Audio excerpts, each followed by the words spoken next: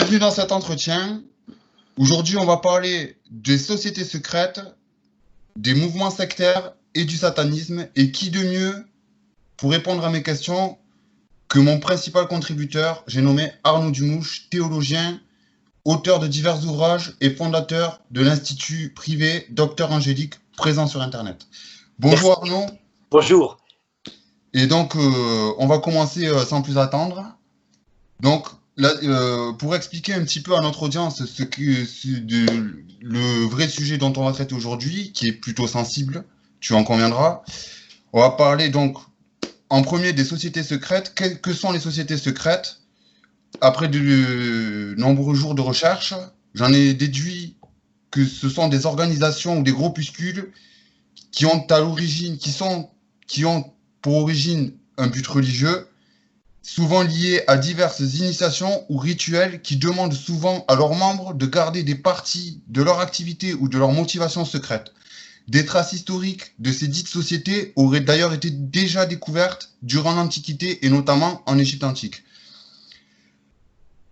Et dans ce débat, justement, on va plus se focaliser sur les sociétés secrètes à but religieux, puisqu'il existe d'autres variétés de sociétés secrètes, politiques par exemple, mais on va uniquement donc se concentrer sur les sociétés secrètes à but religieux.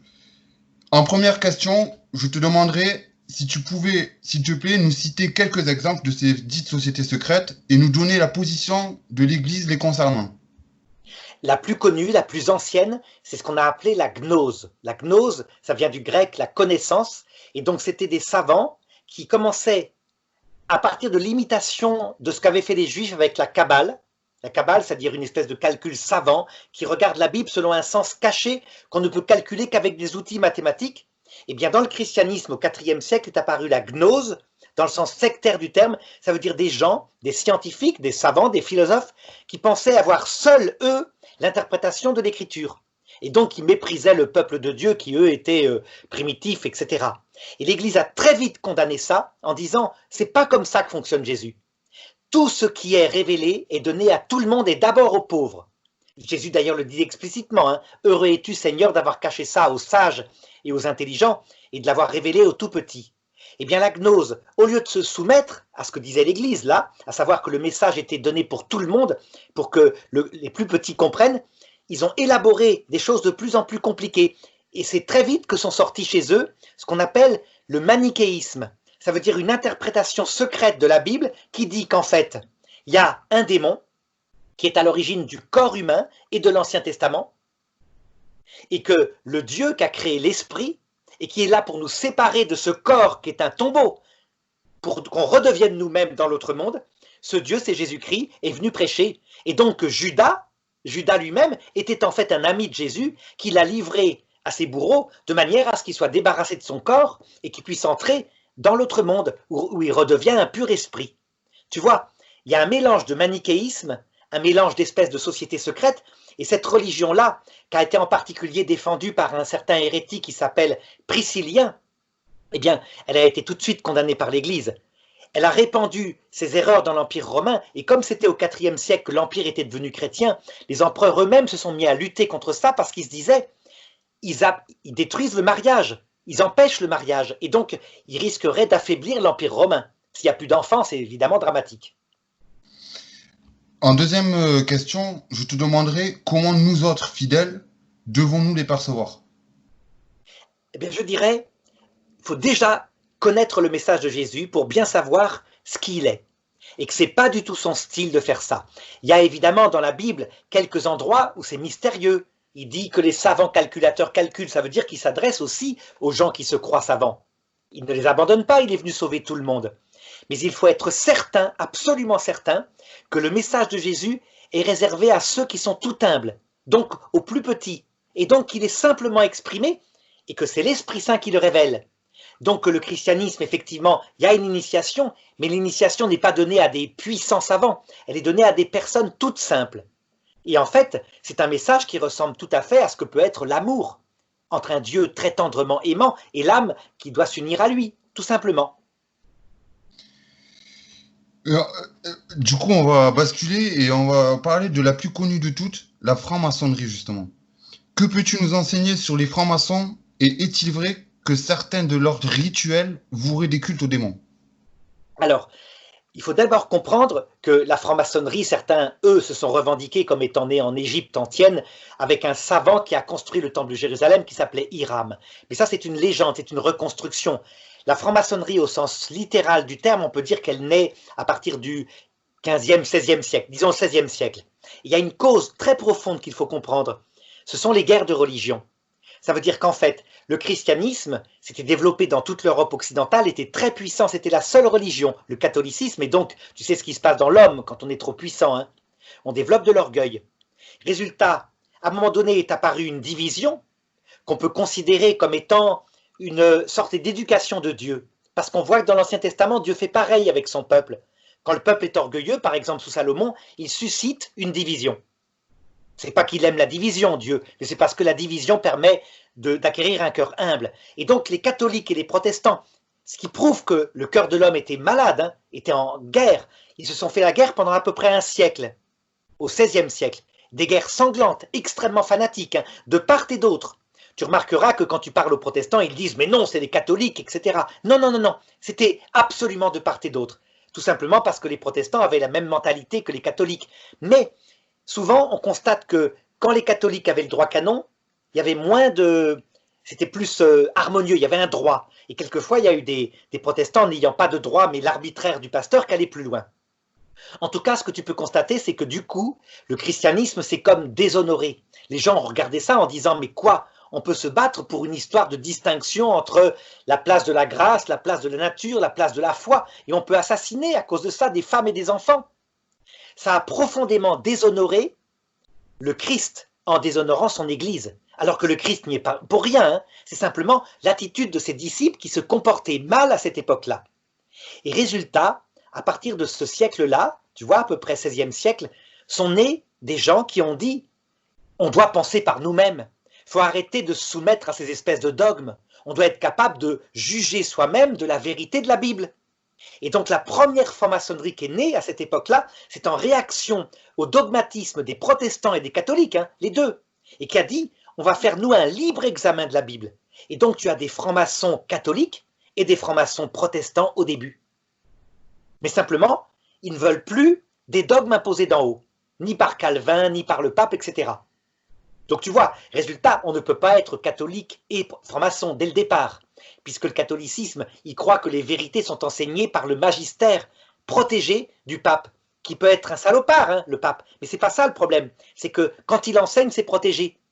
C'est dit par Jésus textuellement, il a dit « j'ai prié pour que ta foi ne défaille pas » juste avant que Pierre ne trahisse. Donc sa foi, ça signifie son enseignement. Et lui, personnellement, peut trahir. Donc, on voit bien, dès le départ, on ne peut pas être franc-maçon et catholique. Mais attention, ça, je ne te parle que d'une première étape. Tu devines bien qu'à un moment donné, comme les francs-maçons étaient en bisbille avec l'Église, ils ont rappelé les crimes de l'Église et les crimes des protestants. Et peu à peu, il y en a certains qui ont commencé à dire « Mais au fait, pourquoi est-ce qu'il faut lire la Bible? Qu'est-ce qui dit que la Bible, ce n'est pas un bouquin écrit par des types qui n'ont rien à faire, qui ne connaissent pas Dieu? Il faut se servir que de sa raison. » Et donc, il s'est dit « On va créer une franc-maçonnerie qui n'atteint Dieu que quand on démontre ce qui est vrai sur Dieu. » Et c'est ce qu'on appelle la franc-maçonnerie déiste. C'est l'époque des Lumières, là vraiment. C'est ce qu'on appelle l'époque des Lumières, ça veut dire des gens comme Voltaire, comme les encyclopédistes, etc., Rousseau, qui se mettent à dire les dogmes chrétiens à leur place, c'est un peu de la barbarie, Voltaire il le dit, hein, c'est de l'infâme, c'est de la superstition. Par contre, avec sa raison, on peut démontrer qu'il y a un grand organisateur de l'univers. Et donc, ils n'ont plus accepté que les voies d'accès à Dieu démontrées par la raison. Tu vois la différence? Oui. La foi, on y croit. On ne sait pas démontrer que Jésus est Dieu, mais on y croit dans son cœur. La raison, elle démontre qu'il y a un grand architecte de l'univers. C'est ça qu'on fait la deuxième étape des francs-maçons, donc des francs-maçons déistes, qui juraient toujours sur la Bible, mais plutôt à titre de livres qui parlent de l'être suprême. C'est pour ça que tu vois, les États-Unis d'Amérique ont été fondés par des francs-maçons déistes. Mais qui respectent quand même les chrétiens. Hein. Ils jurent toujours sur la Bible, donc il n'y avait pas de problème, du moment qu'il y avait une foi en Dieu. Et justement, pourrais-tu, par exemple, tu parles tu parles, voilà. Ce que je voulais te demander, c'est tu pourrais nous citer personnes célèbres, par exemple, qui étaient francs-maçons? Je crois qu'il y a eu le grand musicien Mozart ou Beethoven, l'un des deux, non, je Mozart, crois que c'est Mozart, Mozart en fait partie, Mozart a oui. été franc-maçon. Alors ça, de la franc-maçonnerie déiste.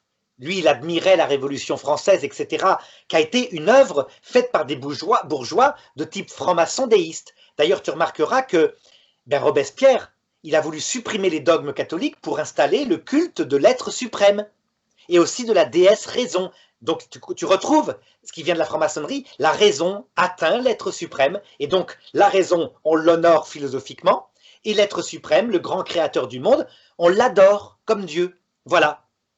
Donc la franc-maçonnerie déiste a renversé le roi, et c'est à ce moment-là, malheureusement, qu'on a vu aussi, quand des catholiques croyants dans l'ouest de la France se sont révoltés parce qu'ils disaient, mais quand même, on nous empêche de croire à ce qu'on veut, alors ils ont fait une guerre intransigeante avec le premier génocide qui est fait au nom de la liberté et de la raison.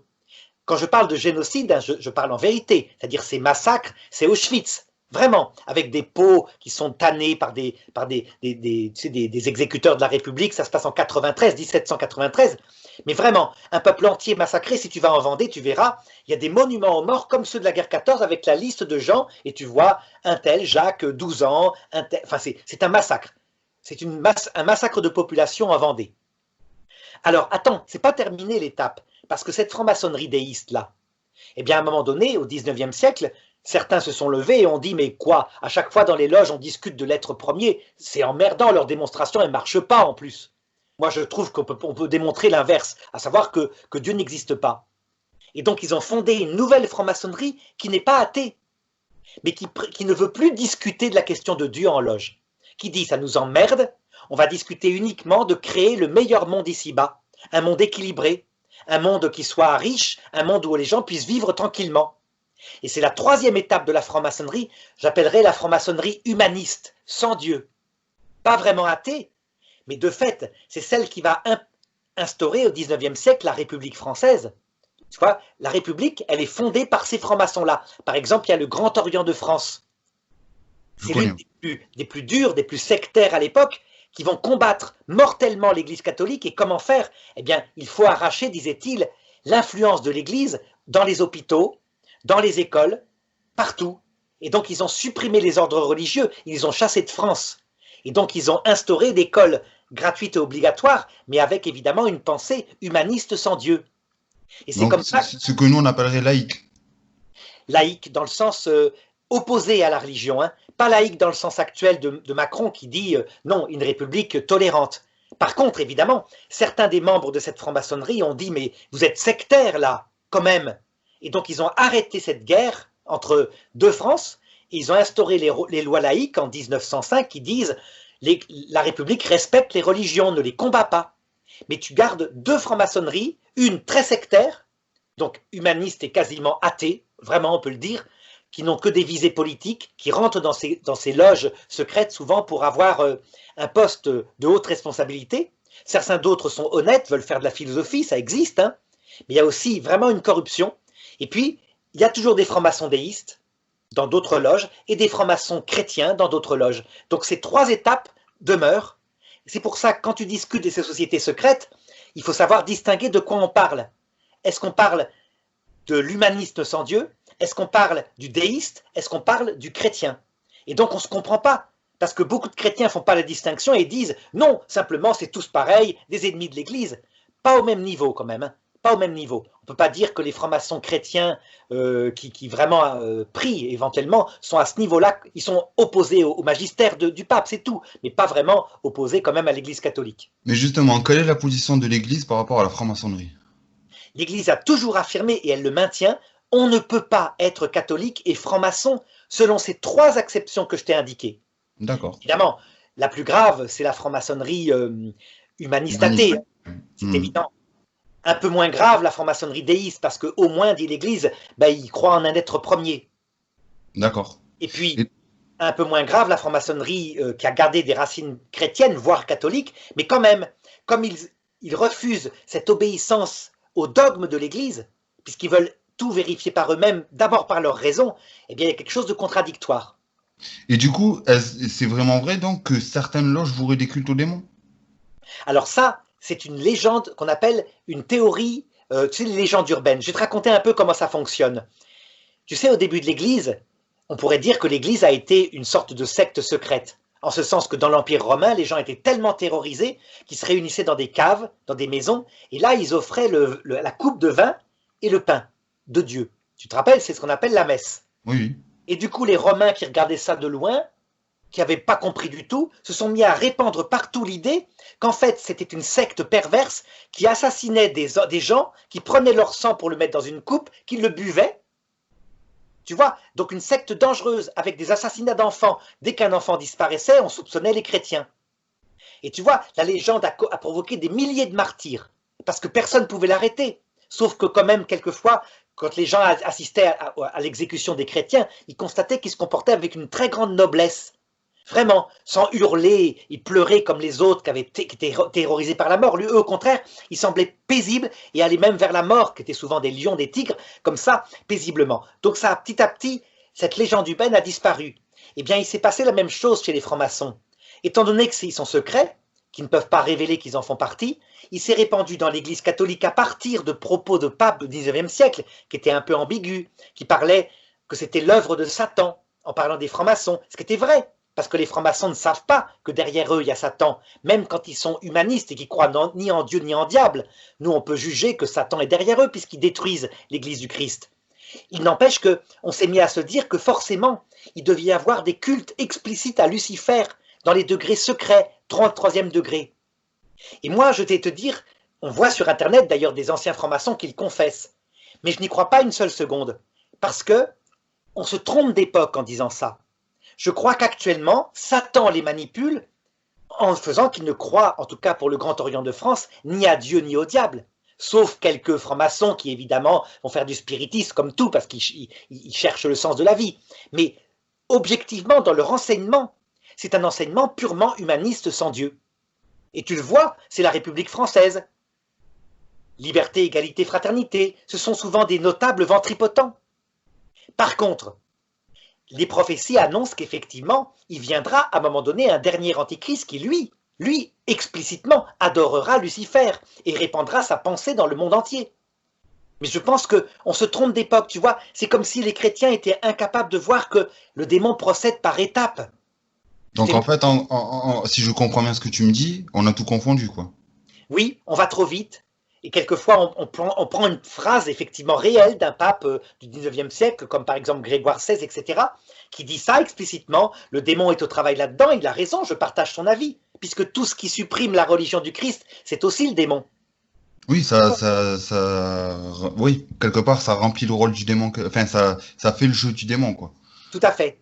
Mais quant à dire que eux explicitement le savent, non. Tu regardes, souvent, ils ne pensent qu'à leur carrière, construire leur vie terrestre la plus riche, la plus paisible possible. En plus, tu les vois changer d'idées. Souvent, ils suivent les idées du temps. Par exemple, le Grand Orient de France, il n'y avait pas plus nationaliste que lui en 14.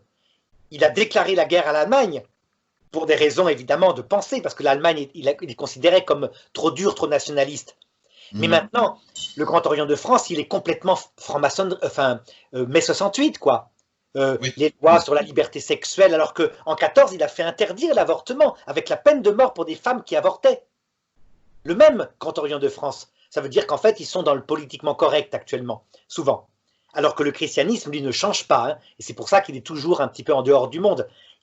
Ce sont certains prêtres qui adhèrent à la pensée du monde. Voilà. À savoir pour l'audience, quand Arnaud fait mention de le Grand de l'Ouest, là, je sais plus trop Le son Grand nom. Orient de France. Le Grand Orient de France, voilà. C'est une loge maçonnique. Tu m'arrêtes si je me trompe. Voilà. Loge maçonnique la plus célèbre, la plus grande, qui est à Paris, rue Cadet. Voilà, c'est la plus connue. C'est eux qui ont voté toutes les lois, tu vois, sur l'avortement, l'euthanasie, etc. Tout simplement parce qu'ils sont sincèrement humanistes athées. Alors ils se disent pas athées, ils disent non, on se contente de pas en parler. On est même plutôt, il y a beaucoup d'entre nous qui sont chrétiens, etc., ou d'autres qui sont déistes. Mais en réalité, ils construisent le monde actuellement, le monde occidental, autour de lois comme s'il n'y avait pas de vie après la mort. Donc évidemment, s'il n'y a que la vie terrestre et qu'après c'est le néant, ben, ils disent, quand tu souffres que tu es en fin de vie, pourquoi ben, tu t'arrêtes, tu dois pouvoir demander d'être piqué. Tu vois? Ben, c'est ça, c'est une logique humaniste athée. ils sont actuellement en train de faire passer ces lois avec la génération de mai 68. Eh bien, je te remercie bien, Arnaud. Je vais juste, je couperai au montage, je vais ouvrir au chat parce que sinon il va nous faire une fête. Ça va, ça va. Allez, viens. Oui. Par contre, ne commence pas à miauler, s'il te plaît, hein. Sinon, je te renferme. Excuse-moi, hein. Donc, du coup, pour reprendre où on en était, j'ai souvent, moi, entendu dire, ou j'ai pu lire à plusieurs reprises, que, soi-disant, les Templiers seraient aussi considérés comme une société secrète, bien que nous en ayons déjà débattu dans un précédent entretien. Toi, qu'est-ce que tu peux nous dire sur ces allégations? Et est-ce que, du coup, le Saint Graal serait, d'après certains, une forme de symbolisme ésotérique ou occulte, et que c'est en se servant de ces dites allégations qu'il justifie que cet ordre vouait donc des cultes aux démons, et notamment, tu le disais dans notre précédent entretien, à Baphomet. Alors, les Templiers, en ce qui les concerne, sont un ordre religieux de l'Église catholique, reconnu. Donc un ordre religieux qui n'ont pas d'autre Saint Graal que le vase qu'a contenu l'Eucharistie, à la messe. Donc ce sont des catholiques qui simplement rentrent dans cette vocation-là parce qu'ils veulent protéger les pèlerins qui se rendent à Jérusalem en pèlerinage. Donc ils allient leur amour pour les armes, ce sont des jeunes hommes vivants, et leur vocation pour servir Dieu et ne pas se marier. Ils font donc vœu de pauvreté, de chasteté, d'obéissance. Et à un moment donné, ils s'attirent la colère de ce fameux roi Philippe le Bel. Mais Philippe le Bel, quand on regarde son comportement, on s'aperçoit qu'en fait c'est un rusé et un politique. Il fonde l'État français, donc du coup il met en avant la politique par des moyens quelquefois pervers. On le voit d'ailleurs dans son comportement privé. Tu sais peut-être qu'il semblerait que ses belles-filles aient trompé ses fils. Mais qu'est-ce qu'il a fait? Il les a jetés dans une prison et elles sont mortes de misère, les pauvres. Oui. Vraiment. Peut-être que c'était vrai, hein, là en l'occurrence. Et du coup, à un moment donné, comme il est en conflit avec un pape, je parlais de cette fameux attentat d'Anagni.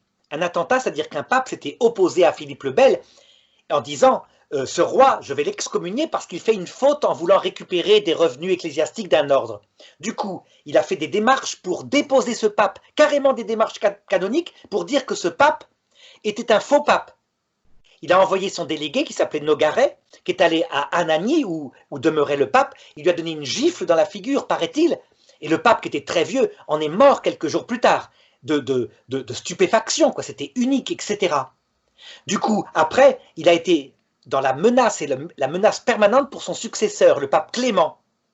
Et quand il a décidé d'éliminer les Templiers, peut-être que dessous, il y a juste des affaires financières, une récupération des trésors, parce que ses finances étaient au plus bas. C'est possible. Et donc, évidemment, comme tu sais que les accusations ont été prouvées par une torture terrible, une torture royale, ça veut dire les jambes brisées dans des sabots serrés, etc. T'imagines, on te met la jambe dans un étau, t'avoues tout. Eh bien, moi je considère qu'en tout cas, les aveux des Templiers sont nuls et non avenus. Tu prends, je sais pas, 1000 soldats de l'armée française actuelle, 1000 légionnaires, tu les passes à la torture, tu sais, tu broies leurs jambes dans une moulinette, ils t'avoueront tout ce que tu veux. Ils te diront qu'ils adorent Baphomet, qu'ils embrassent derrière de Satan toutes les nuits, etc. Tout ce que tu veux. Il y en aura forcément une centaine qui avoueront, et puis quelques-uns qui résisteront. C'est comme ça. Donc, moi je pense que, en fait, leur écusson, tu sais, c'est comme tout, quand quelqu'un veut tuer son chat, on dit qu'il a la rage. Eh bien, leur écusson qui représentait un cavalier templier avec un compagnon assis en selle à côté de lui, ne signifie pas l'homosexualité, même s'il devait y en avoir. Il y en a partout, il y a des hommes. Hein. C'est plus la camaraderie que ça... Tout à fait. Et la cohésion. Un peu comme les Spartiates, qui avaient d'ailleurs un compagnon total de combat, ils étaient prêts à mourir. Ils avaient pris sans doute cette chose-là chez les Spartiates, les guerriers grecs de la ville de Sparte. Voilà. Oui. Résultat, est-ce qu'ils sont une société secrète? Non, ils étaient complètement innocents. Ils avaient évidemment des secrets bancaires, parce qu'ils avaient beaucoup de biens. Et puis, ça leur est tombé dessus. Ils s'y attendaient pas. D'un seul coup, un jour, ils ont été arrêtés partout en France par les envoyés du roi de France. D'accord. Donc, je voulais revenir sur le point des Templiers, parce que bien qu'on ait fait un épisode concernant les Templiers, j'ai quand même eu des questions. Oui, mais bon, Baphomet, c'est souvent lié... le Saint Graal, c'est plus une légende. Justement, ces légendes-là, après, y compris celle des chevaliers de la table ronde. Ça, c'est typique, ce qui se passe après avec l'ésotérisme. Au début, ce sont juste des contes de chevalerie, la noblesse de ce Graal, de ce vase qui a reçu le sang du Christ, etc. Et ils partent à sa conquête pour découvrir au bout de la quête qu'en fait, c'est dans l'Eucharistie à la messe chaque jour. Tu vois, c'est la sagesse des chevaliers français, chevaliers catholiques. Donc évidemment, on met des légendes magnifiques, on invente des contes, un peu comme, tu sais, les films que tu vois à la télévision, tu sais, les films d'aventure, avec des trucs qui se passent du style les Chevaliers de l'Anneau, un truc comme ça. Le Seigneur des Anneaux. Seigneur des Anneaux. Ben voilà, c'est la même chose. Et ils vivent de ça, mais sans trop y croire. C'est plutôt qu'il y a des valeurs qui se mettent dedans. Ou alors le Roi Lion, des choses comme ça. Ou Indiana Jones. Par contre, certains groupes s'emparent de ces choses-là, en élaborent une doctrine secrète, et donc élaborent ce qu'on appelle une société secrète, une société occulte. Les Rose-Croix, par exemple, sont un type de franc-maçon avec ce genre d'histoire. Mais les francs-maçons aussi ont beaucoup d'histoires comme ça qui permettent de fonder leur spiritualité. Voilà, donc je pense que cette personne se reconnaîtra, elle est venue me le dire par mail. Les Templiers, ce qu'on te raconte sur les Templiers est complètement faux, dénué de sens et a été fondé sur des mythes. En tout cas, sur des tortures sauvages. Voilà. Et voilà, donc comme Jeanne d'Arc, hein, comme tu m'expliquais pour Jeanne d'Arc, ils lui ont montré Pierre Cochon, l'évêque Pierre Cochon. Il avait montré les appareils de torture, elle a dû tout de suite avouer et elle a signé, tu sais, le fameux papier, comme quoi elle s'engageait à se soumettre. En plus, ils l'ont affaibli, ils lui ont fait manger un poisson, elle avait mal au ventre, Oui, elle avait pas ses voix. Enfin, tu fais faiblir n'importe qui avec une torture mentale comme ça. Bien sûr. En l'occurrence, le roi, c'était pas si simple. Torture mentale, à la rigueur, ben, l'église, ça allait. Mais là, c'était la torture physique. Mhm. On va parler maintenant Illuminati et Nouvel Ordre Mondial. Qu'est-ce que toi, tu peux nous dire à ce sujet et comment, en tant que fidèle, dois-je discerner le vrai du faux sur ça? Alors, tu dois savoir qu'en fait, les Illuminati, ils ont existé, effectivement, on trouve une trace, je crois que c'est au XVIIe siècle, c'est un petit groupe franc-maçon qui ne dure pas, qui disparaît. Par contre, les Illuminati ont commencé à devenir célèbres dans le monde entier, chez les catholiques, chez les protestants, chez les musulmans, tout le monde, hein, toutes les religions, à partir des années, tu sais où est sorti ce fameux roman qui s'appelle le Da Vinci Code. Je ne sais pas si tu as entendu parler. C'est un roman, c'est un pur roman. D'ailleurs, ils en ont fait un film après, et là les gens ont vu que c'était grotesque. Hein. Mais c'est un roman qui est très bien écrit, qui présente les choses comme étant, évidemment, le secret total de l'Occident, à savoir que le Christ aurait eu un mariage avec Marie-Madeleine, aurait eu des enfants, et donc en fait, sa descendance biologique, c'est le Graal. Le sang du Christ coule dans ses descendants. Et tu passes par des descendants qui sont certains rois de France, etc., par Rennes le Château, enfin bref, ils mêlent tout ce qu'il peut y avoir comme espèce de légendes qui font rêver les gens comme ça sur Internet. Ils passent aussi par des symboles qu'il va y avoir dans des églises. Il y a des gens qui vont visiter, effectivement, les symboles y sont, il s'est renseigné. Et du coup, il ressort les Illuminati comme étant une secte franc-maçonne qui connaît Lucifer et qui l'adore et qui lutte effectivement contre le Christ. Mais parallèlement, du coup, il met en scène quoi dans l'Église? Eh bien, un ordre religieux du même genre, avec des espions, des revolvers qui assassinent en douce, etc., et qui s'appelle l'Opus Dei. L'Opus Dei, il suffit d'aller voir. Hein. C'est un ordre peut-être fondé en Espagne, effectivement, à l'époque de Franco, mais c'est des catholiques normaux, un petit peu traditionnalistes, on dira ça, mais des catholiques normaux, tout à fait reconnus par l'Église. Eh bien, dans le Da Vinci Code, ça devient la secte catholique qui assassine en douce, avec un espèce, tu sais, de héros aux cheveux blancs, enfin dans le film. Voilà. Eh bien, du coup, ce truc-là était tellement bien écrit que des catholiques ont dit, mais c'est vrai, c'est vrai, c'est vrai. Et donc, partout s'est répandue l'idée qu'en fait, tout ce qui se passe actuellement, qui est la diminution des grandes religions, vient du complot des Illuminati, qui en fait font un culte explicite avec Lucifer, en vue de faire venir le dernier antéchrist qui va répandre sur la terre le culte de Lucifer. Voilà, donc tu as des parties de prophéties chrétiennes, des parties de romans, et on n'arrive plus à discerner. Ça s'appelle typiquement, un peu comme ce que je te racontais au début chez l'Empire romain, une sorte de théorie du complot qui s'est montée, mais mystico-politique, et que personne n'arrive à arrêter. D'accord. Eh bien, je te remercie, parce que là, pareil, tu m'éclaires sur un autre point. Et donc, concernant ce nouvel ordre mondial... Je devais ajouter, hein, tu sais, il y a des parts de vérité. Je t'ai dit tout à l'heure, le dernier antéchrist, Tu lis 2 Thessaloniciens chapitre 2, le dernier antéchrist, c'est vraiment ça. C'est vraiment la terre qui se donnera comme Dieu, un Dieu de l'autre monde qui veut qu'on aille dans l'autre monde en étant debout, en étant digne, en étant fier, et ce sera Lucifer. Donc il y a des parts de vérité là-dedans. Sauf que eux les interprètent de manière occulte. Tu vois, ce qu'on disait tout à l'heure avec la gnose. Oui. C'est des gens initiés, ils sont dans le secret. Et tous ceux qui nient cette chose-là, comme moi par exemple, qui dit que ce sont des théories du complot, ça veut dire que en fait, je suis dedans. Puisque je veux cacher le grand complot qui est en train de se faire. Et alors, tu as des gens comme Pierre Hillard, etc., qui s'intègrent à tout ça pour élaborer les choses de manière un peu plus intelligente, évidemment, mais toujours pareil, avec ce même système d'un petit groupe, une secte secrète qui tirerait les ficelles du monde et qui expliquerait tout ce qui se passe actuellement, y compris, pour lui, le Concile Vatican II. D'accord. Et donc, ce nouvel ordre mondial là, dont on parle, d'ailleurs, on en parle de plus en plus, ça fait l'objet d'actualité et tout. Qu'est-ce que tu peux nous dire à ce sujet-là? Alors voilà, moi je vais te dire, je pense qu'actuellement, ce qu'on appelle les humanistes sans Dieu, qui sont très très puissants, c'est la génération en Occident de mai 68, c'est plus seulement des francs-maçons, hein. Ça c'est un peu dépassé de croire que c'est les francs-maçons qui font ça. Non, c'est une génération complète. On peut dire la génération de ceux qui ont à peu près 75 ans a adhéré à cette pensée humaniste sans Dieu et s'est mis à la répandre dans le monde entier.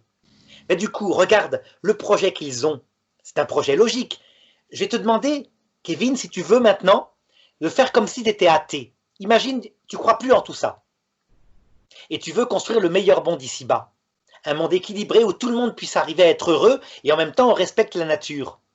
À ton avis, est-ce que tu préfères que demeurent des nations qui se font la guerre, qui se tirent la bourre, ou est-ce que tu préfères une espèce de gouvernement mondial unifié avec des lois mondiales qui empêchent la guerre, etc.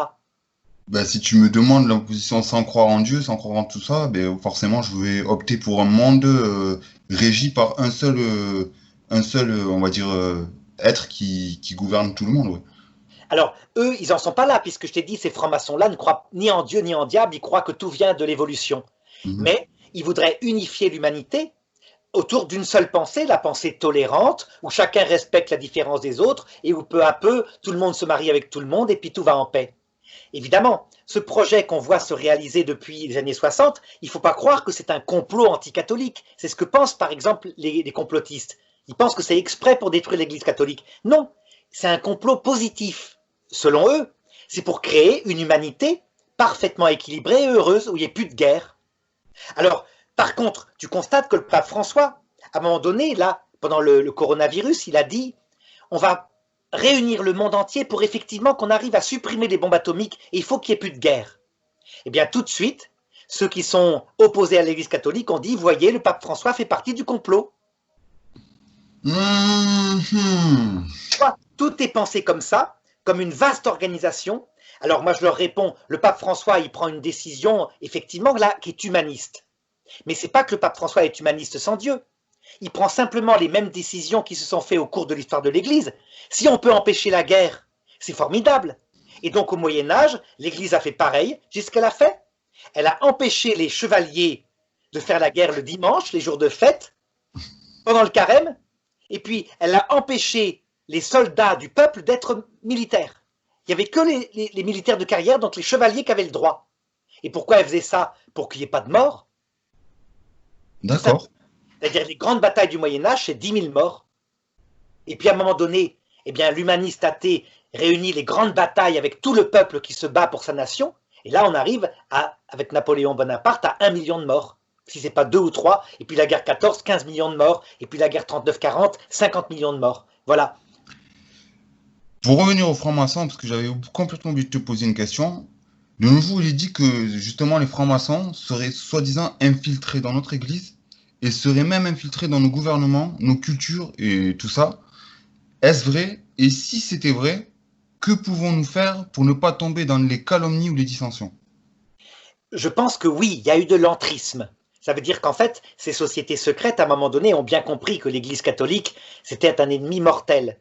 Et donc, il y a eu, dans les années 50, des gens qui ont pu rentrer pour faire croire qu'ils voulaient être prêtres et évêques et dont la pensée n'était pas catholique.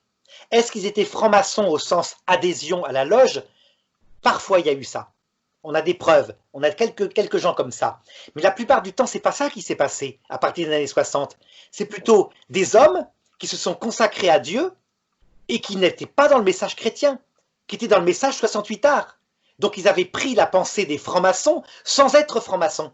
C'est pour ça que tu trouves maintenant tout un clergé qui a à peu près 75 ans, ils te parlent jamais de la vie après la mort, ils disent mais c'est secondaire. Ce qui compte, c'est de construire le monde ici-bas, un monde équilibré en paix. Et d'ailleurs, il faut d'abord travailler à la pauvreté matérielle des peuples. Alors on leur dit, mais quand même, vous prêchez pas Jésus-Christ, vous êtes prêtre. Ah non, mais voyons, ça c'est après, quand ils ont atteint un certain niveau de vie, qu'on peut éventuellement leur parler de Jésus-Christ. Eh bien, est-ce que ce sont des francs-maçons, ces gens-là, qui combattent? Ils ont 75 ans à peu près maintenant, ils vont bientôt partir, mais ils combattent souvent ceux qui croient en une vie spirituelle. Non, ce ne sont pas souvent des francs-maçons, ce sont vraiment souvent des simples humanistes 68 arts. Tu vois comme c'est compliqué. Ça veut dire qu'en fait, par contre, quand on est dans la théorie du complot uniquement, on dit mais non, ils sont forcément francs-maçons, ils ont la pensée humaniste sans Dieu. Quelquefois non, parce que la franc-maçonnerie a réussi à imposer son idée en Occident, tout simplement. D'accord. Merci de ta réponse. Et si j'analyse correctement ce que tu viens de nous enseigner, on peut donc qualifier tous ces mouvements de sectaires quelque part. Plutôt l'inverse de sectaire. Alors ça dépend. Je vais parler comme ça. Tu as des francs-maçons très sectaires. Tu sais, ce qu'on appelle les laïcs en combat, qui détestent l'Église, qui combattent tout ce qui est religieux, etc. Je pense par exemple à Mélenchon qui dit la Chine a formidablement bien fait en détruisant la civilisation du Tibet, parce que les Tibétains étaient moyenâgeux. Tu te rends compte? Ils avaient encore un espèce de pape qui s'appelait le Dalai Lama qui imposait ses ordres. Donc voilà, ça c'est un laïcard au sens combatif, sectaire. Mais par contre, la plupart des laïcs sont plutôt... Excuse-moi, vas-y. Ils sont plutôt dans l'hypertolérance. Ça veut dire en gros, tout se vaut. Tu peux être chrétien, mais tout se vaut. L'islam, etc., l'humanisme sans Dieu, etc. Ce qui compte, c'est d'être bien dans ta peau. Donc ils sont l'inverse d'une secte, ils sont plutôt une sorte de syncrétisme mou, sans pensée propre, si ce n'est la tolérance. Alors cette idée-là, par contre, je peux te dire, par cette génération de mai 68, est entrée dans l'Église d'Occident. Ça veut dire que quand tu vois certains prêtres, certains évêques même de cette génération-là, ils sont que dans cette pensée-là. En gros, t'enseignes Jésus-Christ dans une école catholique, c'est tout juste si t'es pas viré. Parce que ça se fait pas. La seule règle de l'école catholique, pour certains, c'est quoi? C'est la tolérance. Donc on parle surtout pas de Jésus. Mais par contre, on parle de l'islam, on parle du bouddhisme et de tout. Mais pas de Jésus, ça serait sectaire. On en arrive là. Hein. Alors, évidemment, ceux qui sont complotistes diront, voyez, il y a eu une invasion de l'Église conciliaire par les francs-maçons. Moi, je ne pense pas que c'est ça. C'est plutôt une invasion d'une génération qui est entrée dans l'Église, dont la plupart ont quitté dans les années 70, mais ceux qui sont restés sont là toujours.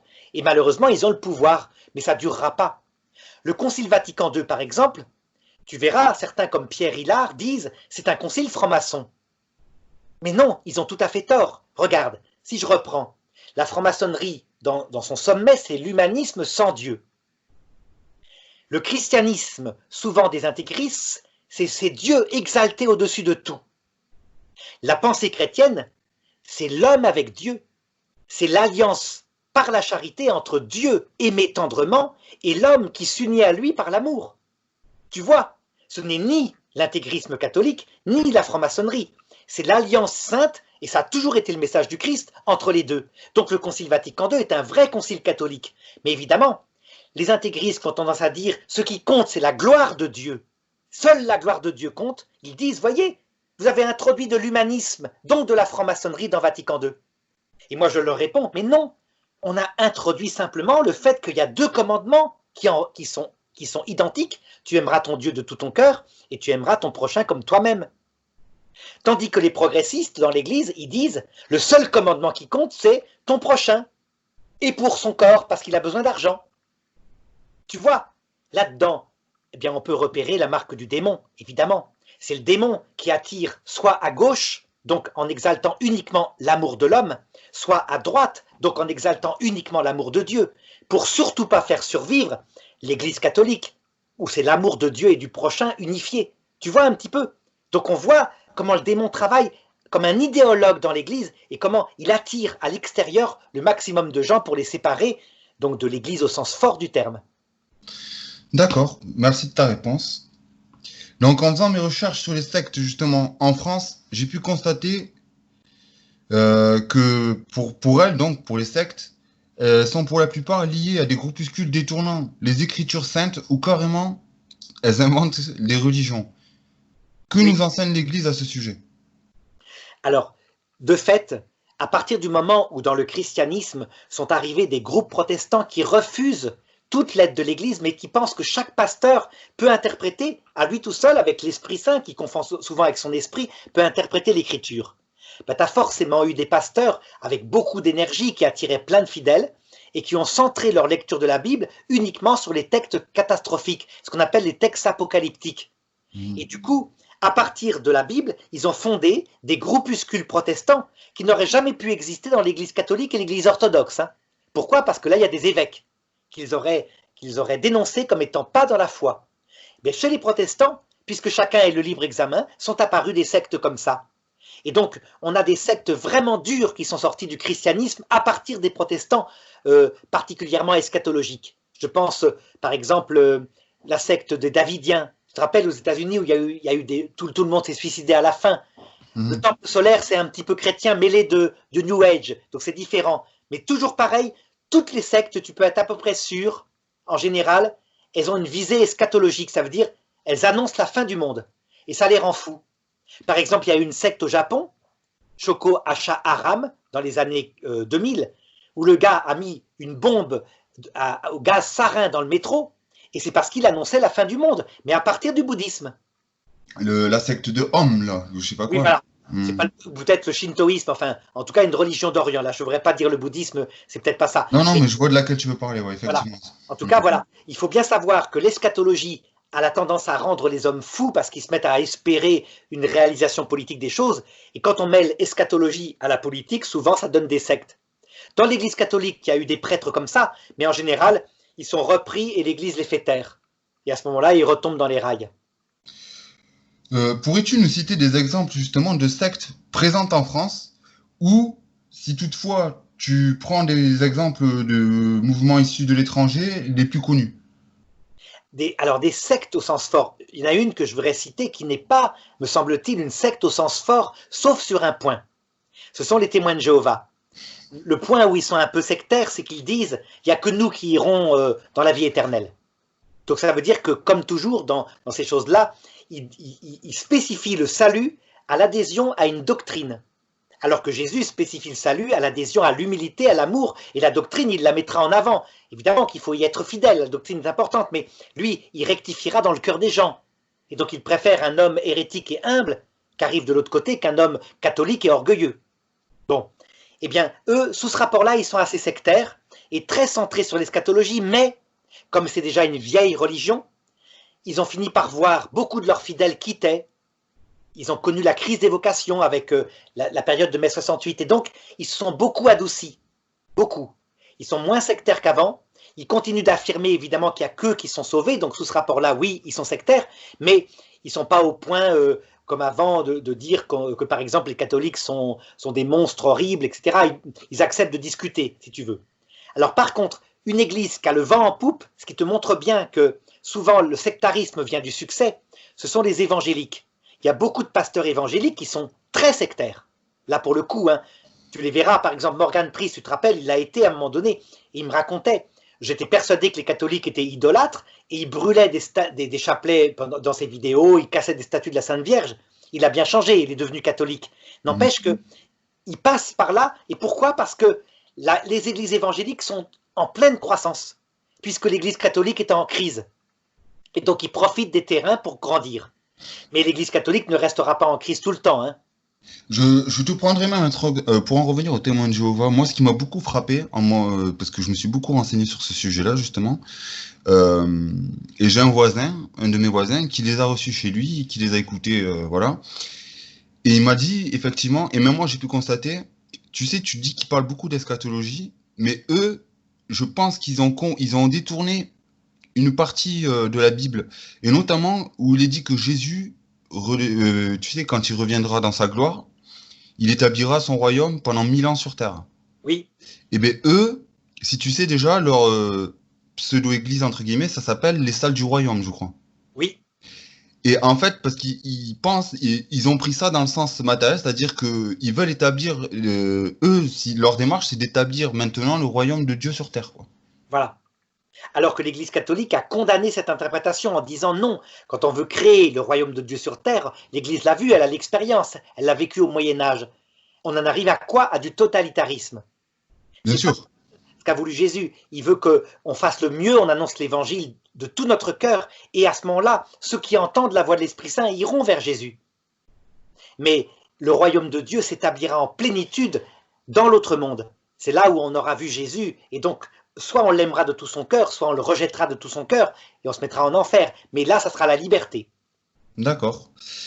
Euh, Du coup, témoins de Jéhovah, c'est des vacantistes. Est-ce qu'on pourrait les assimiler justement à des doctrines sectaires? Je pense que tu viens d'y répondre. Puisque si j'ai bien compris, la position de notre Église concernant donc ces groupuscules-là, ce sont des mouvements hérétiques et blasphématoires. Alors, justement, non. Il faut bien distinguer. L'hérésie, c'est une erreur intellectuelle, obstinée, alors qu'on sait que la vérité, elle est ailleurs. Donc, nous, on considère les évangéliques comme hérétiques, mais attention, ils sont sincères, donc ils ne sont pas coupables. Peut-être que les premiers pasteurs évangéliques étaient des vrais hérésiarques. Par contre, on peut dire que les sédévacantistes sont considérés maintenant vraiment comme des hérésiarques, au sens propre, parce que à un moment donné, je dirais le vrai discours de l'Église, je ne parle pas de celui qui a été déformé par la génération des 68, il est donné par l'Église, par le pape Jean-Paul II, et certains s'obstinent à dire que c'est faux, alors que la foi a défini des choses comme vraies. Par exemple, les sédévacantistes trouvent abominable que Dieu ait pu mettre des préparations à son salut dans les autres religions. Ils disent non, c'est faux, ce sont des religions du démon, point, point, point, c'est tout. Et donc, tu vois, sous ce rapport-là, ils sont sectaires. Oui, mais le fait que, tu vois, les païens, je pense notamment à ceux qui ont adoré les Baals, Baal est un démon. Donc je pense qu'ils ont fait ils ont fait assimilation au démon par rapport à ça. C'est ce que je pense. Il y a des religions, des paganismes anciens qui étaient complètement sataniques. Par exemple, la religion des anciens Incas, où on voit bien les dieux sont méchants, sont tueurs, il n'y a aucun espoir, etc. Ou alors qu'il fallait qu'ils sacrifient leur enfant pour apaiser la colère de leur Dieu, justement. Voilà, tout à fait.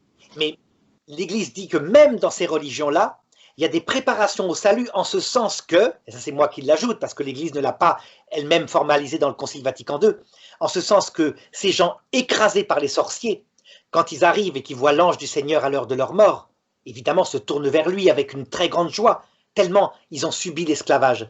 Tu vois, ça veut dire que même cette chose-là peut quelque part disposer par opposition, par opposition peut préparer au salut. C'est d'ailleurs ce qu'on voit, tu sais, je te l'avais dit, ça paraît scandaleux, mais la religion de Moïse, qui est une religion extrêmement violente, avec une terreur de Dieu, avec de la mort dès qu'on dévie un petit peu du chemin, eh bien cette religion-là préparait au salut dans ce sens-là, avec en plus la foi en un Dieu unique, ça d'accord, mais dans le sens que la bonne surprise qu'ils avaient quand ils voyaient que Dieu était amour, évidemment. D'accord. Que peux-tu nous dire sur la dangerosité des sectes et théologiquement, qu'est-ce qu'on peut en déduire? Alors si je reprends, hérésie, c'est une erreur intellectuelle. Secte, c'est quand ton salut est étroit, il n'y a que toi qui es sauvé. Que toi. Alors tu me diras, sous ce rapport-là, l'Église catholique, elle est sectaire puisqu'elle dit qu'il n'y a que les catholiques qui seront sauvés. Oui, mais elle ne le dit pas n'importe comment. Elle ne veut pas dire que les musulmans ne seront pas sauvés. Elle dit qu'ils deviendront musulmans face au Christ.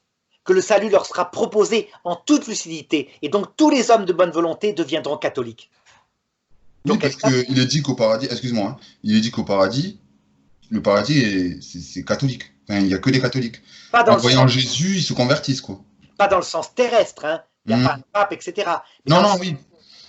C'est l'amour de Dieu et du prochain dans une église fondée sur l'amour réciproque de charité, avec la vision béatifique.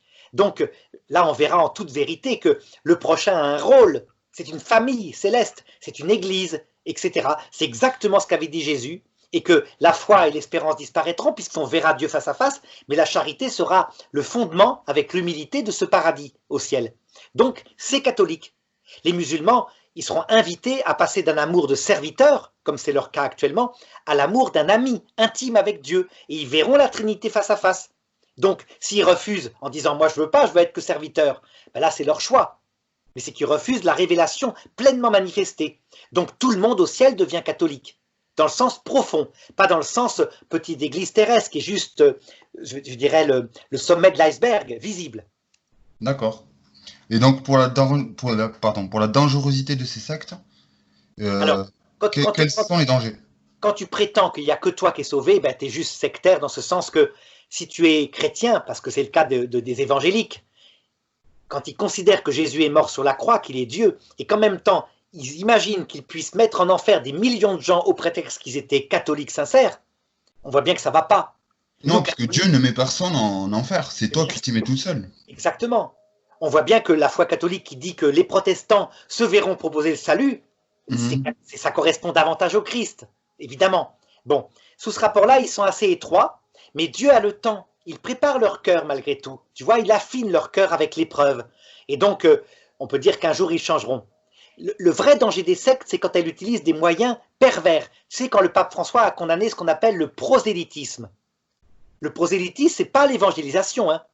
C'est la méthode sectaire pour annoncer l'évangile. Par exemple, quand tu achètes avec de l'argent, quand tu séduis un fidèle pour coucher avec, quand tu menaces de l'enfer permanence, tu sais, en disant si tu ne deviens pas dans ma religion, tu vas aller en enfer, quand tu menaces de mort éventuellement. Ce qui veut dire qu'en fait, actuellement, il y a une partie de l'islam, ce qu'on appelle l'islamisme, qui est une vraie secte. Et il y a cette tendance sectaire dans l'islam dont il va falloir qu'elle se débarrasse, puisque quand tu quittes l'islam, tu es menacé de mort souvent. La Mhm. plupart du temps, tu es simplement banni de ta famille. Donc ça s'améliore. Mais parfois, tu es vraiment menacé de mort. Donc on voit que le sectarisme se met partout. Actuellement, l'Église catholique, tu vois, elle n'est plus sectaire, ça on ne peut pas le dire. Elle est même en Occident l'inverse. Il n'y a plus de pensée, c'est-à-dire qu'elle est devenue carrément humaniste, quasiment sans Dieu parfois. Mais par contre, elle l'a été. Au XVIe siècle, tu n'aurais pas aimé être catholique, Kevin. Parce que l'Église catholique se comportait mal, en tout cas parmi certains membres. Si j'en reviens à ce qu'on a débattu la dernière fois, ça fait partie aussi, enfin, c'est 16e siècle, pendant l'ère de l'Inquisition aussi, justement. Non, non. Ah oui, alors l'Inquisition, elle existait à cette période-là, mais déjà elle avait plus ou moins disparu. Par contre, le sectarisme religieux, là, il avait vraiment lieu, avec des rois, selon le royaume, qui persécutaient la population qui n'était pas de leur religion, etc. Exact. C'était plutôt de la politique. Je Mhm. dirais même, Henri IV, par exemple, qui est au XVIe siècle, hein, il s'est débarrassé de l'Inquisition. Pourquoi? Parce que lui, il était superstitieux comme tout et il voyait partout des sorcières. C'est ce que j'allais te dire, ouais. Et comme l'Inquisition était trop douce, c'est-à-dire qu'elle condamnait les sorcières à dire des chapelets, et que lui, il voulait s'en débarrasser, les brûler vives, et ben du coup, il disait ces curés sont décadents.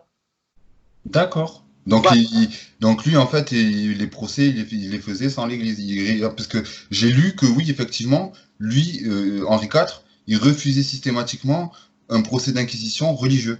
C'était voilà, que des procès d'inquisition royaux. voilà, exactement. Pour cette raison-là, parce qu'il estimait que lui, il appliquait la bonne formule. En fait, c'était une erreur. L'Église avait raison. On était suffisamment éclairé pour savoir que la plupart du temps, les bonnes femmes avec leurs herbes ou qui lançaient des sorts, tu traçais une bénédiction, hein, et puis le démon s'en allait en faisant caille-caille en enfer. C'était évident. L'Église le savait, ça. Bon, voilà. Concernant ces sectes, justement, y aurait-il une part de doctrine démoniaque? Ça existe. Il y a des sectes sataniques, vraiment. Et alors, ce qui est curieux, c'est qu'elles existent surtout en Amérique du Sud et Amérique centrale, à l'endroit où étaient justement les anciennes religions païennes que moi j'estime sataniques. Donc les Incas, tout ça. Mhm. Voilà. C'est pour ça que là-bas, il y a des tas de femmes qui disparaissent. Oui, Alors, parce que tu sais qu'au Mexique, et je sais qu'il y a beaucoup de gens qui le savent pas, ils vénèrent une divinité qu'ils appellent la Santa Muerte. Et tu hmm, sais, ça représente le symbole de la faucheuse, quoi, la mort. Hein, tu sais, c'est une statue qui représente la faucheuse. Et ils vénèrent cette statue comme si c'était un dieu. eh bien, il est probable qu'il y ait des groupes sectaires qui enlèvent des jeunes filles, qui les assassinent, qui les offrent en sacrifice. En tout cas, il y a des légendes qui courent là-dessus. Certains ont dit que c'était la mafia, mais moi je n'y crois pas, parce que pourquoi que des femmes? C'est bizarre. Non, mais même les narcotrafiquants, eux, ils se disent soldats du diable, hein, clairement. Oui, parfois, tout à fait. Là, on voit bien. Et donc, sous ce rapport-là, tu vois, on voit bien qu'il y a quelque chose qui est lié à l'argent, au sexe, à la gloire. Et donc, c'est satanique, au sens propre du terme. Et ce qui est curieux, c'est que les sectes sataniques sont dangereuses. Il y en a eu en Hongrie, quelquefois. Il y a eu des groupes de hard rock, paraît-il, qui avaient fait du satanisme. Par contre, ce qui est étonnant, c'est qu'il existe aussi des groupes lucifériens, qui sont très différents. Oui, le luciférisme et le satanisme, c'est différent. Donc en gros, les sataniques, c'est Satan, c'est-à-dire que le démon propose en échange de sacrifices humains 20 ans de gloire, de sexe et d'argent, alors que les lucifériens, ils optent pour l'enfer en disant, c'est ça qui nous plaît, la liberté, l'amour de nous-mêmes, jusqu'au mépris de Dieu et du prochain, c'est ce qu'on choisit. Et donc ils s'en foutent, ils sont pacifiques, mais ils ont choisi l'enfer. Et du coup, ils demandent pas d'argent, de gloire, etc. Non, non, ils vivent en attendant l'enfer. Et donc, avant de passer au satanisme, des sociétés secrètes et des mouvements sectaires, tout ce dont on vient de débattre, toi, quelle conclusion, ou si tu ferais une synthèse de tout ce qu'on vient de débattre, qu'est-ce que tu en tirerais comme conclusion, justement?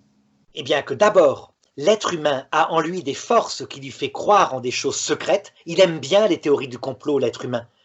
Les complots existent, hein, mais les théories du complot, c'est-à-dire où tout serait tiré par des ficelles, il y aurait quelques personnes qui depuis 1000 ans tireraient les ficelles du monde, c'est aberrant, sauf quand on les applique aux démons. Mais l'être humain aime bien y croire. Et à partir de là, eh bien, je dirais que le démon peut s'en mêler pour créer des groupes sectaires comme ça, des groupes d'initiés. Donc il y a une part de psychologie humaine, la psychologie malade, mais il y a une part aussi d'influence du démon qui aime et qui doit s'amuser beaucoup en faisant ça, évidemment. Parce que le seul comploteur au sens propre, je t'ai dit, il faut, comme le disait Aristote, des immortels. Et les immortels, c'est les démons. D'accord. Et donc là, maintenant, bon, ben, on va passer, et là, je tiens à le dire à l'audience, c'est un sujet qui défraie la chronique et qui est sujet à controverse, à de polémiques et tout, le satanisme. Alors, il faut savoir que le satanisme, Arnaud vient de nous le dire, on en distingue, entre guillemets, deux principales branches, si je ne m'abuse. Donc, on a le satanisme, comme vient de nous dire Arnaud, pur et dur, où là, en échange de sacrifices de sang, le démon nous donne gloire, argent, célébrité et tout ce qu'on lui demande. Ou le luciférisme, qui est le choix délibéré, comme Lucifer a fait, de se révolter contre Dieu. Ce n'est pas la même chose, hein. On est bien d'accord. Non, en fait, les sataniques sont des gros lourdeaux, épais, en fait, tu vois, c'est ce qu'on racontait au Moyen-Âge. Je fais un contrat avec le diable et j'obtiens en échange 20 ans de bonheur sur terre et après, il a mon âme. Voilà. Alors que les lucifériens, ce sont des gens intelligents, parce que le mystère de la révolte de Lucifer est une révolte intelligente. Le mystère de l'iniquité. Exactement. Donc ils adhèrent à ça en se disant, c'est vrai, être soi-même maître du bien et du mal, choisir pour sa propre vie, sans nuire aux autres. Hein. Pourquoi nuire aux autres? Il suffit d'être indépendant. Eh bien, c'est ce qui nous plaît. Donc, pour commencer, en préambule, je dirais que nous sommes tous sceptiques comme croyants, que par définition, le satanisme, c'est le fait de vouer un culte ou toute forme de rituel dans le but de servir ou de plaire à Satan. Pour obtenir des avantages, en échange. Oui, oui, mais le principal, c'est de savoir que le satanisme, c'est surtout le fait de vouer un culte ou des rituels à Satan. Pour avoir une contrepartie, ça, on en est bien d'accord. Cependant, d'après les analyses de mes propres recherches, j'aimerais que aussi dans le satanisme, on fasse la différence entre plusieurs sortes de satanisme. Donc, on a vu le luciférisme, mais dans la branche du satanisme, il y a deux branches. Il y a ce qu'on appelle le satanisme théiste ou le satanisme lavéien. Peux-tu expliquer à l'audience la différence entre ces deux formes de satanisme, bien qu'ils aient le même but, mais pas la même façon de le pratiquer? Je connais pas, faut que tu me l'expliques et moi, après, je comprendrai si tu veux. Tu connais le satanisme, il est très connu, Anton LaVey. Tu sais, c'est celui qui aurait écrit la Bible du diable. Oui, vas-y, développe. Donc lui, en fait, il suit, c'est un peu, je dirais comme du luciférisme, en fait. Il suit vraiment ce que ce que dit tu sais, les mêmes causes que Lucifer dans sa révolte, en fait. Donc en gros, il se met en enfer lui-même.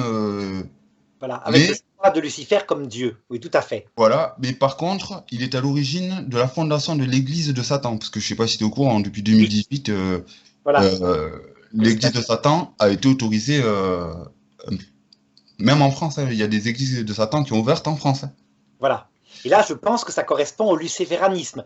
Est-ce Oui. qu'il faut des sacrifices de poules Non, c'est pas vraiment ça. Hein. Non, non, non, non, non. Donc, vu que tu connaissais pas, ben on va enlever le Je ne fait. connais pas, mais je vois bien. Ça correspond à ce que je t'ai appelé tout à l'heure le luciférien. Exactement. En fait, ils ont une pensée structurée en disant nous allons obtenir dans l'autre monde une vie éternelle réelle, mais nous serons maîtres de notre vie parce que ce que veut Dieu, c'est qu'on soit debout, qu'on soit digne, qu'on soit maître de son destin. Il nous veut debout. Et la gloire de Dieu, c'est ça. Eh bien, en fait, ce luciféranisme-là, c'est le dernier antéchrist. Et tu remarques que s'il progresse actuellement, il est tout petit. Mais c'est le dernier antéchrist, puisque le dernier antéchrist proposera une vie éternelle comme ça. Le seul défaut, comme je te disais tout à l'heure, c'est que certains qui analysent mal les époques croient que les francs-maçons en sont là. Non, les francs-maçons en sont pas là, hein, sauf peut-être quelques individus. Les francs-maçons, ils sont des gros bourrins humanistes athées qui veulent créer le monde ici-bas pour vivre heureux. Donc, je te dirais, on connaît tous des faits divers ou des anecdotes concernant justement les satanistes. Je te citerai certaines affaires, par exemple, qui ont défrayé la chronique, et je pense notamment à l'affaire des profanations du cimetière de Carpentras. Je ne sais pas si tu connais cette affaire. Alors là, c'est différent. Là, je pense que ça, pour le coup, ce sont les deuxièmes sortes de satanistes. J'ai connu comme ça, j'ai eu un élève une fois, hein, il y a peut-être 25 ans, qui me disait qu'il allait dans les cimetières et qu'il récupérait des os, qu'il broyait ensuite et il les vendait à ces satanistes-là qui en avaient besoin pour leur sacrifice. Et il se faisait de l'argent de poche. Incroyable, mais vraiment beaucoup d'argent. Mais là, il se met lui-même en état de péché énorme. Évidemment. Mais tu vois la différence. Les lucifériens ne vont pas faire des choses comme ça. Par contre, pour obtenir de l'argent, de la réussite sociale, du sexe éventuellement, eh bien, ce genre de rituel-là est pratiqué par la deuxième sorte de satanistes, qui là, véritablement, en attendent un avantage. Et donc, Satan leur demande des rituels. Est-ce que tu peux définir ce qu'est pour l'Église un acte de profanation? Que l'audience soit bien au courant de ce qu'est la profanation. Donc, c'est quand un objet sacré soit humainement, comme par exemple un corps de quelqu'un qu'on a aimé, ou alors religieusement, comme par exemple le ciboire qui a contenu une fois l'Eucharistie, qui est donc le Saint Graal, puisqu'il a contenu une fois le sang du Christ, d'accord? Et qu'on le méprise. Par exemple, tu as une profanation qui est bien racontée dans le livre de Daniel. Un jour, le roi, il s'appelait Balthazar, fit une orgie, et à un moment donné, complètement saoul, il se fit apporter les vases du temple de Jérusalem que son grand-père avait pillés 40 ans plus tôt. Et ils se mirent à boire dedans et à vomir dedans. Eh bien, une main apparut, dit la Bible, une main apparue qui est écrite sur le mur, tu vas être divisé, ton cœur a été trouvé trop léger et tu seras tué demain. Et effectivement, le lendemain même, il était assassiné. Tu vois, ça veut dire un sacrilège, c'est ça. Et donc, il y a des sacrilèges qu'on voit chez certaines personnes qui se disent artistes. Il y a eu ça en Espagne. Un gars qui a récupéré, en allant à la messe pendant 1 an tous les jours, 365 hosties, il les mettait dans sa bouche et il les ressortait après discrètement pour les profaner. Il a fait une œuvre d'art avec ça. Les catholiques espagnols ont été scandalisés. Ils ont fait un procès en disant attention, on humilie quand même notre foi. Eh bien, ils ont perdu le procès. Les juges qui étaient des juges humanistes athées ont dit c'est une œuvre d'art, donc c'est sacré. Voilà un petit peu. Est-ce que le fait donc le fait de renverser, d'aller dans un cimetière, de casser des pierres tombales ou autre, c'est considéré aussi comme acte de profanation? Tout à fait. Parce Voilà, que même qu'on soit bien d'accord. même pour les athées, le fait de profaner des lieux où sont nos chers défunts, comme les chers défunts sont sacrés, pas dans le sens religieux mais dans le sens humain, eh bien c'est considéré comme une profanation. Finalement, on voit bien que c'est une société chrétienne qui pense ça, parce qu'il y a 2 choses qui sont sacrées chez nous, Dieu et le prochain. D'accord. Et maintenant, j'aimerais que nous portions une analyse de près sur les rituels sataniques, que ce soit messe noire, sabbat, sacrifice rituel, pacte avec Satan. Que peux-tu nous dire de tout ceci et surtout, quelle gloire le démon en tire-t-il? Aucune gloire. Zéro, lui il s'en moque, il nous méprise, hein. Il n'a pas besoin de ça. D'ailleurs, la Bible, pour signifier ce qu'il fait dans le satanisme, dit « Tu passeras ton temps à manger de la poussière de la terre ». Ça veut dire que il n'a pas de corps, pour lui, il n'a pas besoin de ça. Par contre, ce qui l'intéresse, c'est de nous former à l'égoïsme. Donc il nous forme à l'égoïsme, c'est-à-dire que le sorcier qui fait ce pacte, il lui donne effectivement du fric, il lui donne éventuellement la séduction d'une fille complètement subjuguée, mais pas de l'amour. uniquement pour en profiter de son corps. Et de cette manière-là, il espère effectivement que quand la personne va mourir, il tienne son pacte et qu'il aille avec lui dans sa révolte contre Dieu. Mais à ce moment-là, il deviendra luciférien. Le satanisme, c'est donc un rituel provisoire où le démon entretient l'égoïsme dans le cœur de l'homme à travers des superstitions. Et comment est-ce qu'il fait? Il l'attache à lui en lui donnant sexe, honneur et argent. Mais hormis le matériel, est-ce que les adeptes de Satan en tirent des récompenses ou une gloire venant justement de Satan? Ou est-ce que Satan, au contraire, il les méprise? Satan les méprise.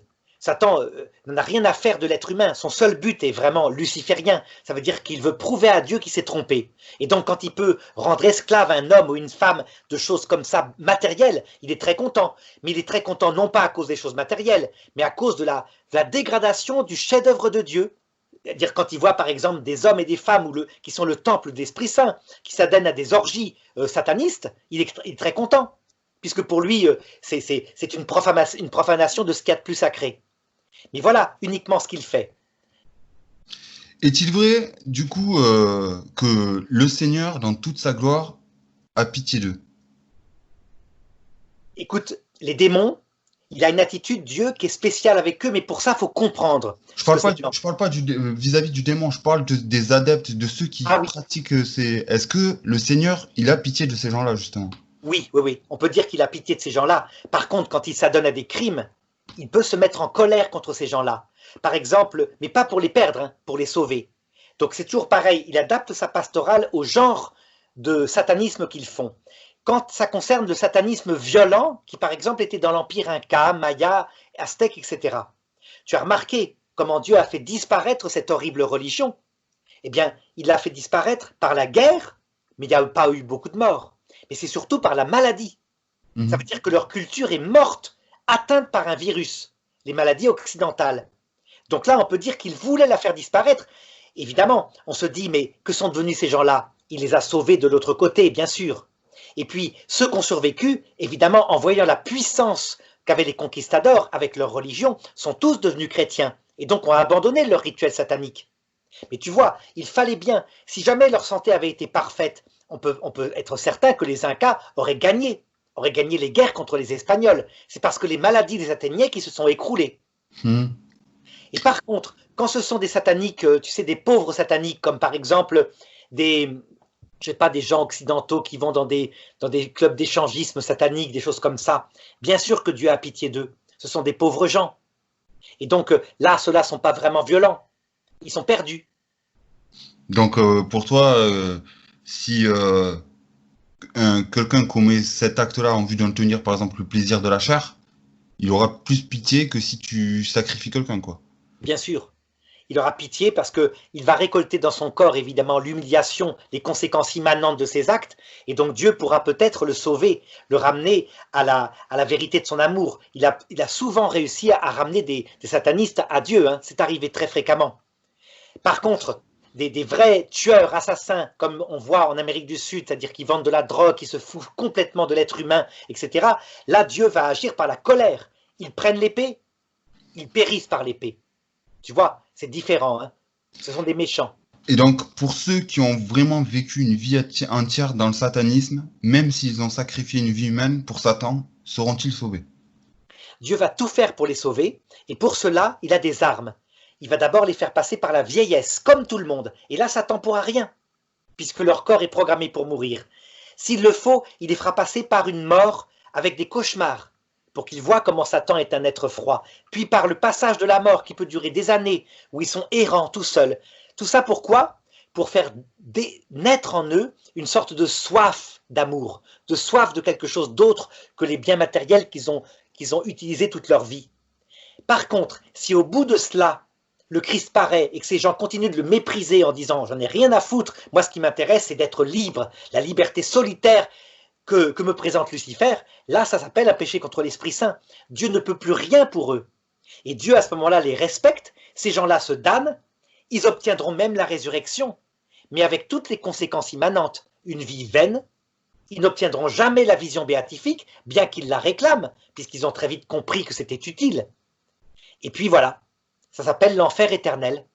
Éternel parce qu'il ne cède jamais. Dieu a tout tenté. Et là, le péché contre l'Esprit Saint résiste à Dieu lui-même. Mhm. Mais ces gens-là, justement, qui adorent le diable et qui lui vouent un culte et des dévotions toute leur vie, ne choisiront-ils pas, justement, plutôt de se mettre en enfer eux-mêmes? Alors, pas tous. Quand tu as été satanique, que tu as été abreuvé par les biens matériels, mais qui laissent le cœur vide, souvent, ton âme est en famine. Et donc, quand tu vois le Christ, autant tu as été dans cette chose-là, autant tu te jettes dans ses bras en regrettant et en te repentant, parce qu'il correspond à ton cœur. Donc, en fait, finalement, c'est un peu comme ce que je te disais sur la religion inca. Pourquoi Dieu permettait que cette religion existe?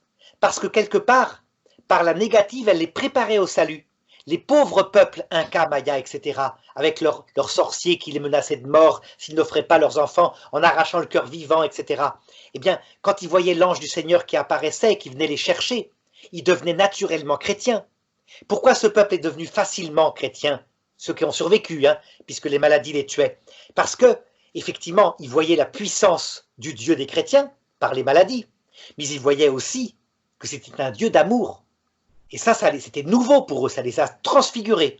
La Sainte Vierge a d'ailleurs accepté d'apparaître chez eux, c'est Notre-Dame de Guadalupe, elle a laissé son visage sur un poncho d'un Indien, et ils sont devenus facilement catholiques, par opposition à l'ancienne religion. D'accord. Et donc, en guise de, on va dire, de chute, la dernière question, ce serait, si tu avais un message concernant tout ce que nous venons de débattre à transmettre à nos frères et sœurs, justement, fidèles, lequel serait-il? Eh bien, je dirais que le démon m'avait dit une élève, quand on l'invoque, c'est vrai qu'il répond. Et il donne des biens matériels. Mais c'est terrible ce qu'il demande en échange. Ça veut dire sa Ton vie âme. Ton qui âme. devient après dépendante de lui, etc.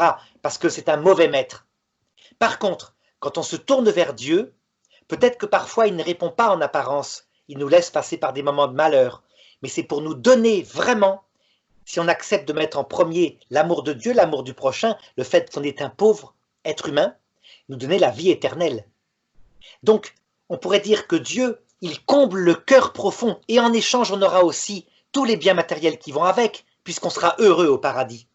Tandis que Lucifer, il comble nos instincts pervers, nos passions, nos désirs de plaisir immédiat, et il donne en échange le malheur éternel. L'enfer, c'est la liberté exaltée, mais c'est aussi le malheur dans le fond du cœur, une vie vaine, sans signification, sans amis, puisque ce sont que des égoïstes. Donc, il ne faut vraiment pas suivre le démon. Il faut opter pour ce qui dure, ce qui est éternel, ce qui est la vraie vie. D'accord. Eh bien, écoute, je te remercie, Arnaud, encore une fois, d'avoir accepté de mener d'ailleurs ce débat sur ces sujets hyper sensibles, car beaucoup d'entre nous, justement, ne se rendent pas compte de ce que sont les sectes, les sociétés secrètes ou justement le satanisme.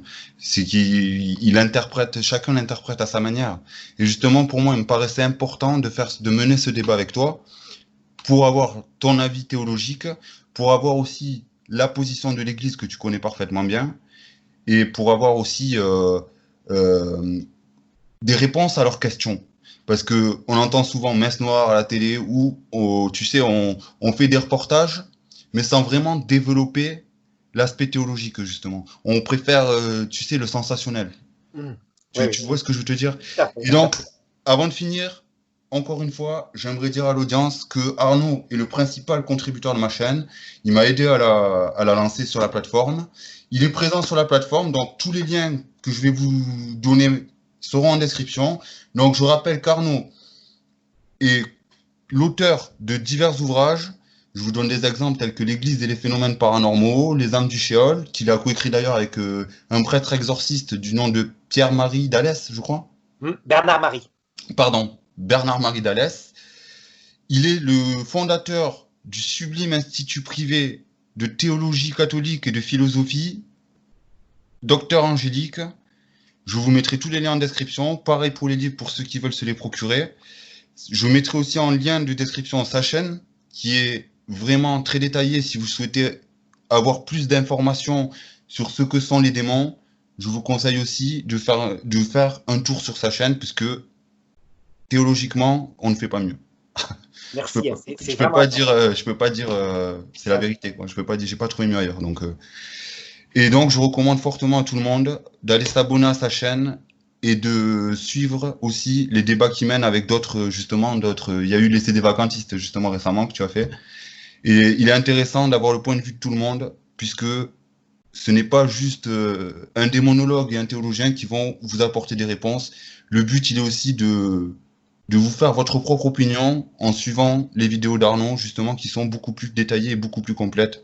Vu que ma chaîne traite principalement du démon, on a fait le tour, voilà, on a parlé principalement de Satan dans ce genre de pratique, hein, faut dire ce qu'il y a.